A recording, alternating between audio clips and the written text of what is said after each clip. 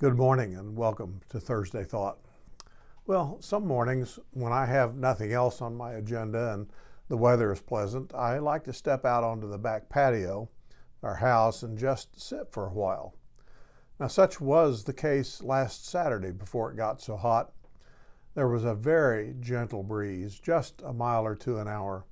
The temperature was just right, and there wasn't much in the way of loud sounds, well, except for an occasional private airplane somewhere, or maybe the noise of the neighbor's outside air conditioner unit, which cycled on and off from time to time.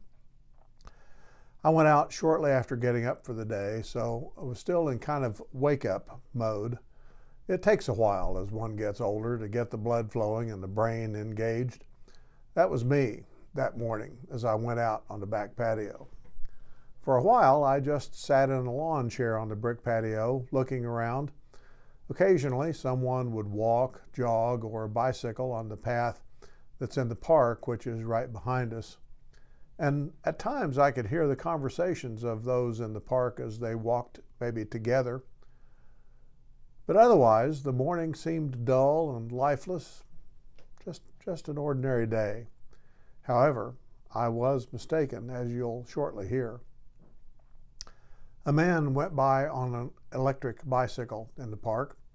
Another man was walking, carrying what seemed to me to be a huge backpack, the kind that one might see being carried on a hike into the wilderness. A few women jogged by, and there were a couple of young girls about age 5 or 6 who would find something of interest to look at. They'd stop and they'd chatter about their find. It was kind of a normal mix of folks using the park path that morning before it got hot later on. Other than the park people, I didn't notice much of anything happening around me until I happened to see a seed from a cottonwood tree gently move in the breeze over the fish pond and then slowly drift into the water. Well, for some reason, that prompted me to engage my senses a little better. And when I did, I noticed several things going on that I otherwise might have missed. And what follows are some of those things. The neighbor's air conditioner unit was not running at the time, so I was able to hear a dove calling in the distance. A house sparrow soon followed, along with a tufted titmouse. A little later, a blue jay began a raucous call that alerted other jays in the neighborhood to also begin to chatter. And of course, there's always the cardinals, it seems, either where we can see them or hear them. Well, that didn't happen this morning, though, which was quite unusual. I didn't see or hear any cardinals. But there was, however, a squirrel somewhere in the woods who was chattering about something or other. I thought possibly it might be a Mrs. Squirrel scolding her mate for something he either was or wasn't doing. I noticed a dragonfly sweeping back and forth over the fish pond. Now, I've seen them do that regularly, and I enjoy watching them as they dart about as they do that. I've wondered why they've had such a fascination for the fish pond until I read an article about them. They are, it seems, voracious predators, and they love to fly over ponds and areas of lush growth to capture mosquitoes on the fly.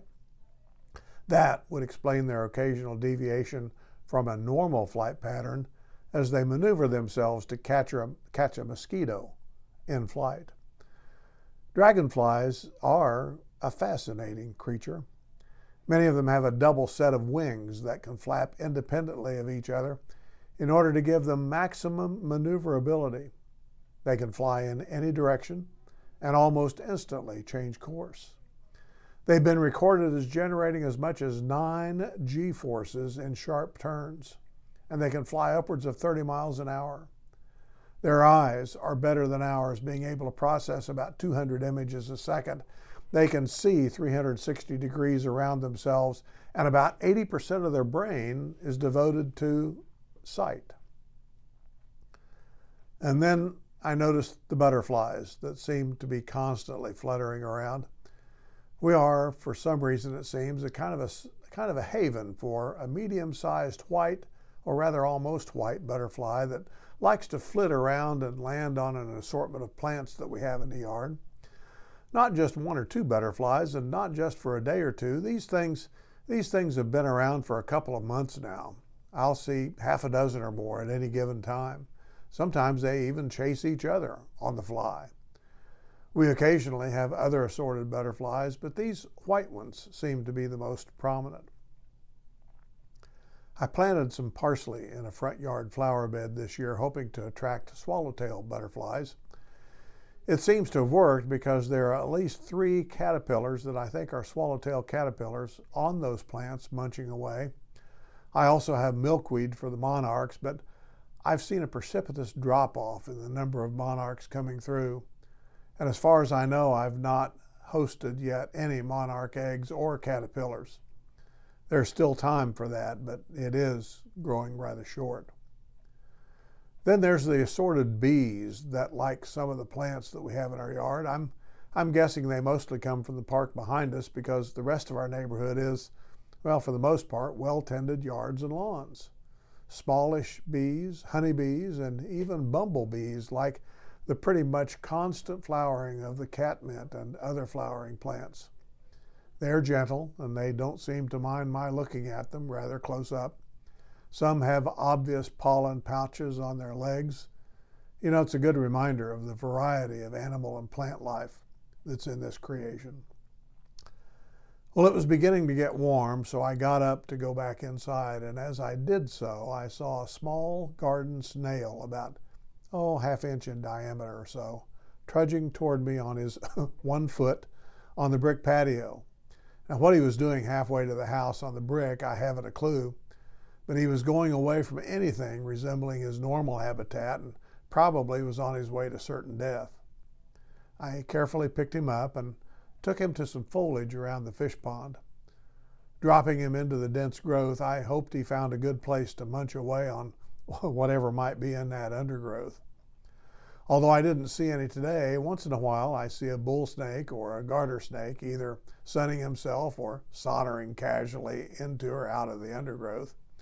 We'll see deer by our back fence, as well as raccoons, possum, once in a while a wild turkey.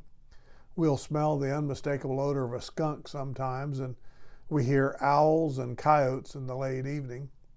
Frogs will begin their choruses around nightfall.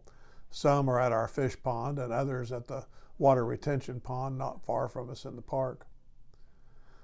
So in retrospect, the morning that at first began with nothing special going on, the morning quickly turned into a morning of discovery, pleasantness, and appreciation for even what wildlife and nature that can be found in a well-kept yard. So open your eyes and open your ears to what's around you. Notice the small things. Care for those, such as that snail, who cannot care for themselves. You know, I think you'll appreciate life and living so much more if you do. Blessings.